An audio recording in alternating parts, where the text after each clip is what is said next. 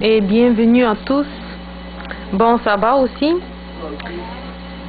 C'est en fait ce que nous venons de lire, ce sont deux de mes versets préférés.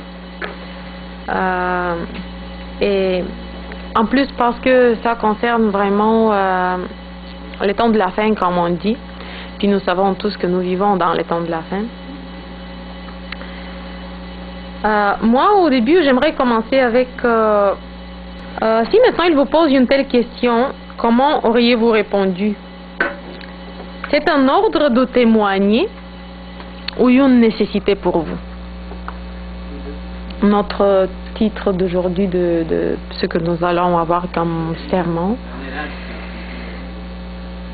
ça va être exactement sur cette question-là. Est-ce un besoin de partager l'évangile ou un décret ou un ordre?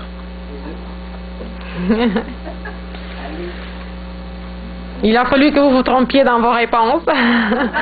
Non, mais c'est vrai. Ça comprend les deux.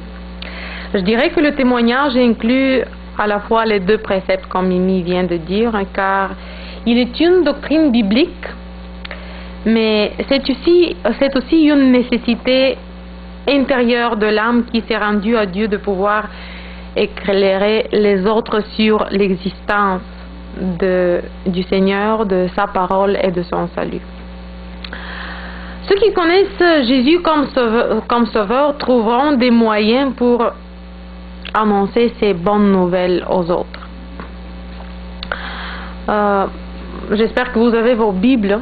On va lire un verset qui se trouve aux Actes, chapitre 1, verset 8. Je l'ai déjà marqué, sauf que j'aimerais qu'on fasse un peu d'exercice ce matin. C'est bien quand on ouvre nos Bibles, puis on trouve ce que nous voulons trouver. Actes, chapitre 1, verset 8. Si quelqu'un l'a trouvé avant moi, elle peut le lire à haute voix, il n'y a pas de problème. Mais vous recevrez une puissance de Saint-Esprit survenant sur vous et vous serez mes témoins à Jérusalem, dans toute la Judée, dans la Samarie et jusqu'aux extrémités de la terre. Oui, merci Mimi. Mais vous aurez une puissance, celle du Saint-Esprit survenant sur vous. Et vous serez mes témoins à Jérusalem, dans toute la Judée, dans la Samarie et jusqu'aux extrémités de la terre. Ellen White, en Service chrétien, c'est un livre elle a écrit, dit « Dieu a assigné à chaque membre de l'Église de la responsabilité personnelle. La place qui nous est préparée dans les demeures célestes est aussi sûre, comme il est certain notre place particulière sur la terre où nous devons travailler pour Dieu. » Dans le livre Vers Jésus, un livre qui se trouve ici dans notre librairie, puis je pense que vous l'avez à la maison aussi, il nous est déclaré « On ne vient pas à Christ alors que dans notre cœur, il n'est né le désir de partager avec les autres quel ami on a trouvé en Jésus. » Si nous avons goûté et vu que le Seigneur est bon, nous avons quelque chose à dire. Que signifient ces mots? Ces mots signifient que le témoignage est un résultat naturel, si je peux dire comme ça, de la conversion. Et nous ne pouvons pas témoigner sans avoir connu dans notre propre vie Jésus et son pouvoir. Il y a plusieurs siècles, le poète grec Pindar, peut-être vous avez entendu parler de lui, a prononcé une phrase merveilleuse qui, à ce jour, porte son authenticité. Elle dit « Les œuvres disparaissent et se fanent. Juste la parole reste et vit à jamais. » Comment ces paroles nous rappellent du prophète Ésaïe qui écrit dans son livre sous l'inspiration de Dieu « L'herbe sèche, la fleur se fane, mais la parole de notre Dieu subsiste éternellement. » remarquables sont ces mots. Ce qui a une valeur intrinsèque indépendamment des circonstances et du temps subsiste. L'herbe pousse et brûle. La fleur éclate en couleurs et donne son arôme au monde. Les gens naissent, mettent en œuvre leurs plans et intentions, mais la roue de la vie les balaye de la terre.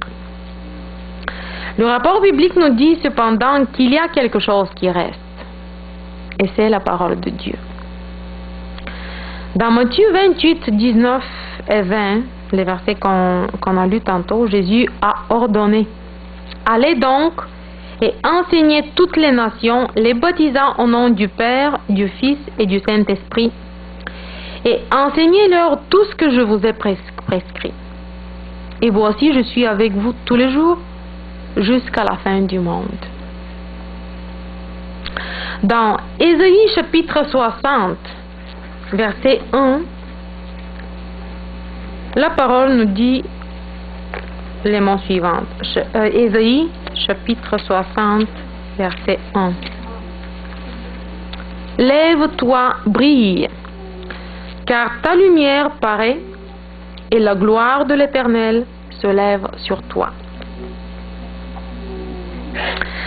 En Actes chapitre 14, verset 21, nous dit: et quand ils eurent évangélisé cette ville et fait de nombreux disciples, ils retournèrent à Lystre, à Icône et à Antioche.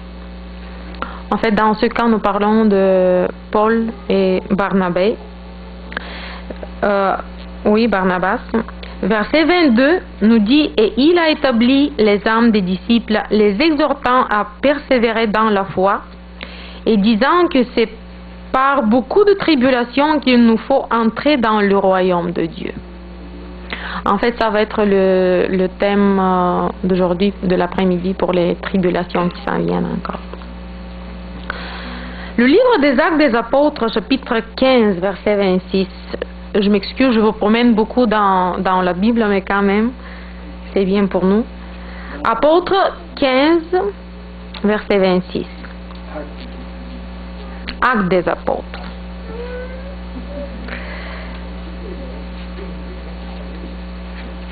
Est-ce que tu peux le lire, Claude? Ces hommes qui ont exposé leur vie pour le nom de notre Seigneur Jésus-Christ. Qui ont exposé leur vie pour le nom de Jésus-Christ. Exactement. C'était des gens qui ont été prêts à témoigner et qui ont été prêts à mettre en danger leur vie pour le nom de Jésus. En sommes-nous aujourd'hui? Il est important de noter que le mot grec pour témoin, martus, a la même racine du mot en anglais, martyr, c'est-à-dire quelqu'un qui croit en la vérité et l'affiche dans la vie ou dans la mort. Une pensée de le roi Froum dit: les martyrs sont morts pas pour devenir des martyrs, mais parce qu'ils étaient des martyrs. Peut-être cependant il faut répondre à la question: mais pourquoi devrions-nous témoigner? Je tiens à souligner les trois principales raisons pour lesquelles les croyants participent au témoignage. Peut-être vous pouvez sortir d'autres aussi. Mais je pense que la raison première est que beaucoup de gens à l'extérieur cherchent et désirent le salut. Ellen White, dans son livre Les Actes des Apôtres, stipule que beaucoup sont sur le point d'entrer dans le royaume, attendant seulement d'être mis en place. C'est-à-dire, ils attendent juste d'entrer. Ils sont prêts.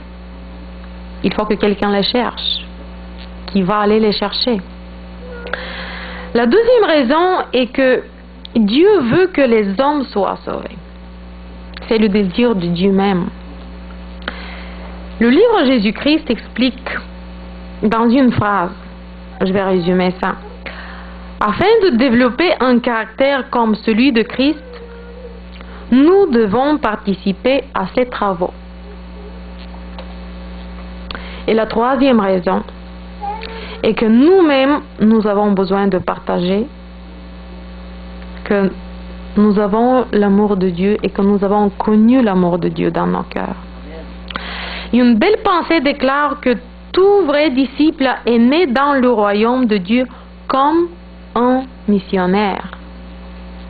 C'est-à-dire Dieu lui-même, il nous considère comme missionnaire. Pendant la rédaction du sermon à la maison, la navigation sur diverses lectures anciennes, etc., des livres, mon attention est tombée sur un paragraphe de texte qui se lit comme suit. Si vous voulez obtenir une empreinte claire sur une cire, vous ne mettez pas l'estampe sur elle rapidement et durement,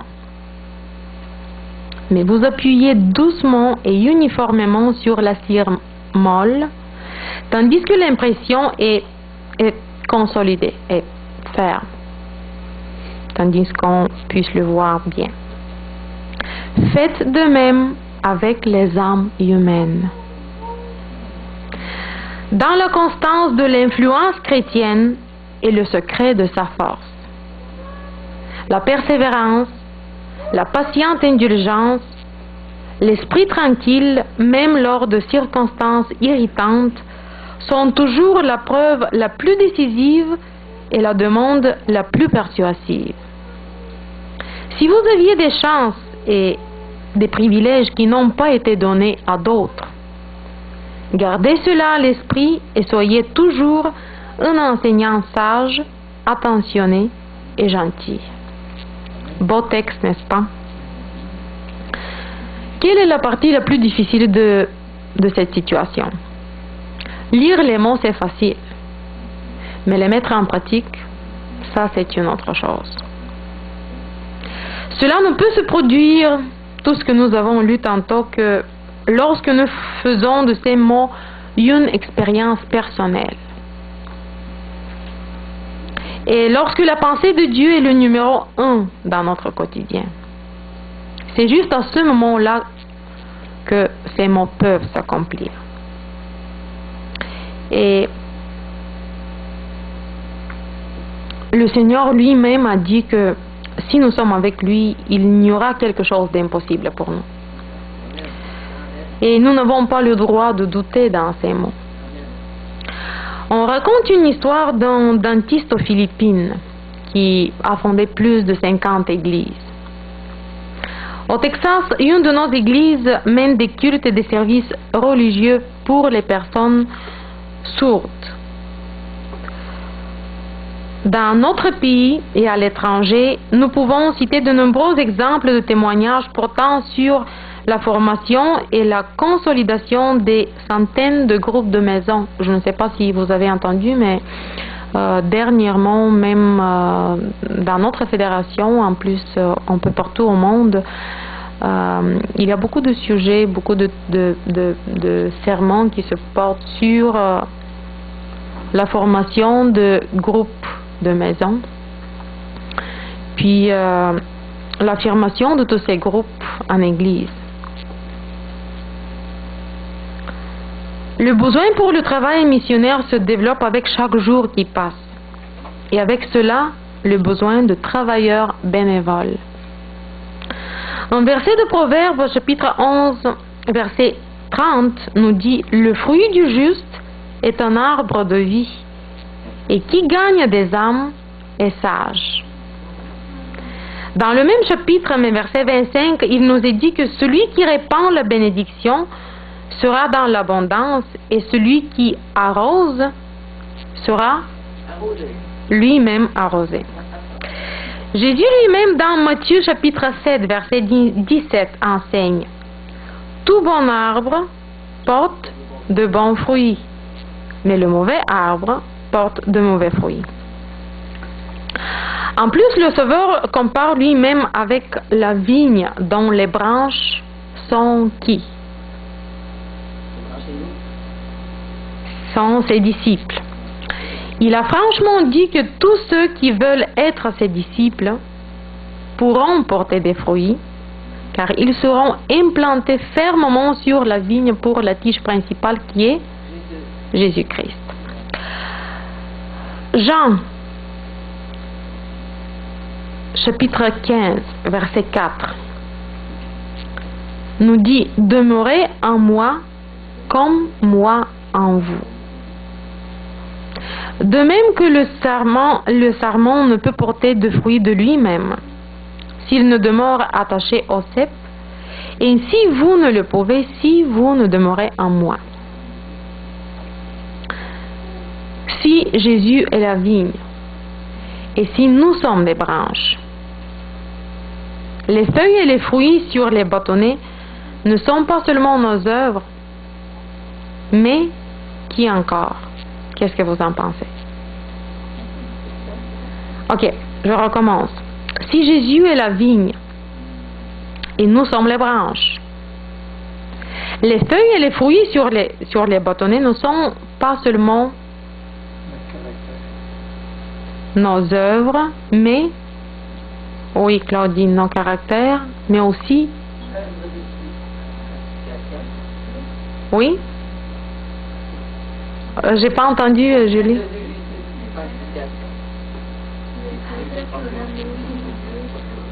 Les gens que nous avons conduits à Dieu. Les gens, les âmes humaines. Je vais vous raconter une histoire à partir de laquelle vous pouvez tirer votre propre conclusion. Comment se comporter ou comment ne pas se comporter avec les gens. C'est la vie d'un juge nommé Mingians. Je me rappelle pas, ça se peut que peut-être je vous ai déjà raconté cette histoire, mais dans sa jeunesse, non, c'est pas vulgaire. Dans sa jeunesse, il était chrétien et a vécu avec d'autres croyants camarades à Philadelphie. Quelques jours après son baptême, il est allé rendre visite à un vieil ami qui lui demanda « J'ai entendu dire que tu es devenu un chrétien. Est-ce vrai, Georges ?» « Oui, répondit M. Mingians. « Georges, crois-tu en Dieu ?»« Oui. Crois-tu en l'enfer? Et que tous ceux qui ne croient pas seront inévitablement y aller? » Sans aucun doute. « Mais Georges, pourquoi as-tu laissé le lait humanitaire de Christ sécher en un seul corps comme dans le tien alors? » Comment est-il possible, voulut en savoir M. Mingians. Que veux-tu dire par cela? Je veux dire le suivant, répondit son compagnon. Tu as passé ici 3 jours et 3 nuits sous mon toit. Tu crois tout cela? À plusieurs reprises, tu as mis ta main sur mon épaule, mais tu ne m'as pas dit une parole pour le salut. Pensez-vous que M. Mingians se sentait échaudé par ces mots? Bien sûr. Une pensée de Dwight Moody dit « Je crois que si un ange aurait volé de nouveau à partir de la terre au ciel, et il dit que ci-dessous il y a un pauvre, vêtu de haillons, jeune homme, qui n'a pas de père et de mère, et personne n'a été intéressé de lui, ne s'est pas intéressé de lui, pour lui montrer le chemin de la vie. Et si Dieu demandait alors, qui d'entre nous serait prêt à voler pendant 50 ans ci-dessous, sur la terre, juste pour amener ce jeune homme à Jésus? Chaque ange irait volontairement. Lui-même, Gabriel, qui se tient en présence du Tout-Puissant, dirait « Permettez-moi de quitter mon poste élevé et exalté et ainsi profiter de la chance rare de mettre une âme à Christ. » Il n'y a pas de plus grand honneur que d'être un outil dans la main de Dieu qui apporte une âme du royaume de Satan à la lumière céleste glorieuse. Charles Spurgeon, célèbre encore comme le chasseur de primes inégalées d'âmes, dit: si j'ai été accusé d'être égoïste, qui ne se soucie pas d'autre chose que de son propre bonheur, je l'aurais pris et je l'aurais accepté. Mais je voudrais, si c'est la volonté de Dieu, à sentir le bonheur du gagnant de l'âme. Parce que je n'ai jamais vécu plus pleinement et de façon plus débordante, et je n'ai jamais eu un sentiment tant ineffable de bonheur qu'au jour où j'ai appris qu'un homme avait cherché et trouvé le Sauveur avec mon aide. Même une jeune mère n'a pas connu plus de joie pour son premier enfant que moi. Même un militaire n'a pas pleuré si fortement après une victoire durement gagnée. Que de belles paroles et remplies de sens. Qu'est-ce qu'il y a de plus important dans ce monde que de répondre à l'appel d'un Dieu compatissant? Venez à moi tous. Et que ce ne sera pas juste que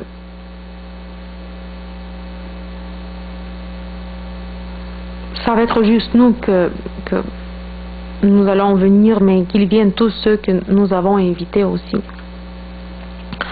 Le prophète Ésaïe a dit: Seigneur, me voici, envoie-moi. Notre demande doit être la même si nous prétendons que nous vivons la vie d'un vrai chrétien. Et qu'est-ce que cela signifie de vivre une telle vie? Oswald Sanders, dans son livre Comment mener des âmes au Christ, raconte l'histoire suivante. Quand j'étais encore un prédicateur au village, j'ai entendu lui dire un sermon de Moody. Cela m'a fait de sorte que, lorsque je suis retourné à l'église de mon village, j'ai donc essayé de prêcher comme il prêchait. Et Dieu a donné beaucoup de grâce dans ce travail. Cela n'a pas vraiment commencé immédiatement, dès le début. Et j'étais très frustrée lorsque j'ai vu que les choses n'allaient pas aussi bien que je le prévoyais. J'ai alors appelé les anciens de l'église.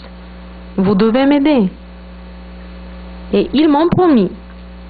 En fait, il y avait un vieux paysan qui dit: je n'ai rien fait pour l'église, mais je tiens à vous aider.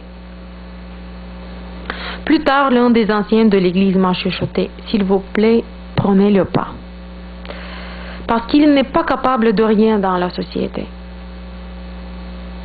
Un autre a dit: priez le pas pour prêcher parce qu'il ne peut pas parler de façon édifiante aux gens. Le lendemain matin, il fut une tempête de neige qui a été connue pour cet endroit. Puis le vieux paysan resta debout, sella son cheval et s'en alla dans le village de forger son cheval chez un maréchal ferrant. Il attacha son cheval presque dehors et, couvert de haut en bas avec de la neige, entra chez le forgeron qui travailla tout seul. Le vieux villageois s'approcha, mit son bras sur l'épaule du forgeron et lui dit: Tom. Et des larmes ont commencé à s'effondrer sur ses joues. Il déglutit plusieurs fois et ajouta: Tom, quand ton vieux père est mort, il vous a laissé toi et ton frère à ma charge.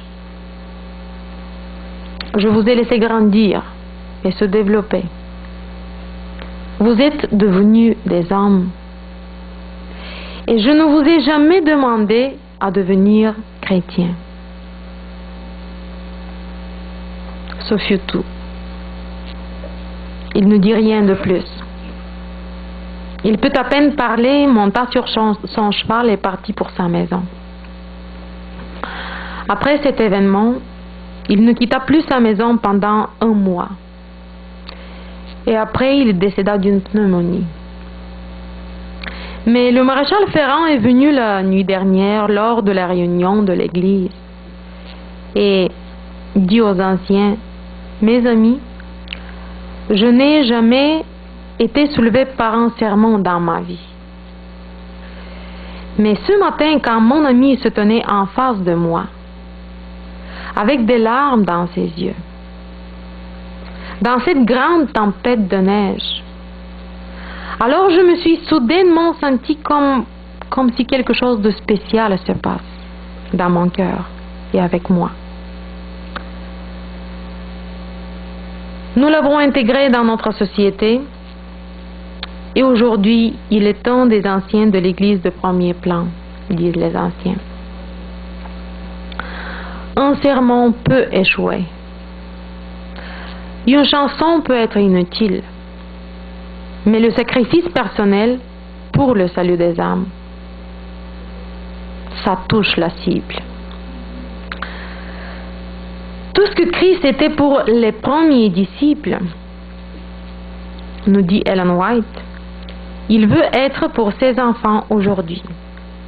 Parce que dans sa dernière prière, avec ce petit groupe d'élèves rassemblés autour de lui, il dit: je ne prie pas pour eux seulement, mais aussi pour tous ceux qui croiront en moi par leurs paroles. Ça, je l'ai pris de Vers Jésus, page 77. Si vous voulez, vous pouvez aller vérifier. Voilà pourquoi ma prière est que Dieu nous bénisse à cet égard et qu'il rende nos efforts fructueux, nous aidant à développer vraiment, comme Claude vient de dire, notre don de témoigner, nos caractères. Et pour que le témoignage ne sera pas seulement un décret, mais vraiment qu'on sent ça comme une nécessité intérieure de l'âme, pour que nous puissions amener des âmes au Christ. C'est ça ma prière, que Dieu nous bénisse.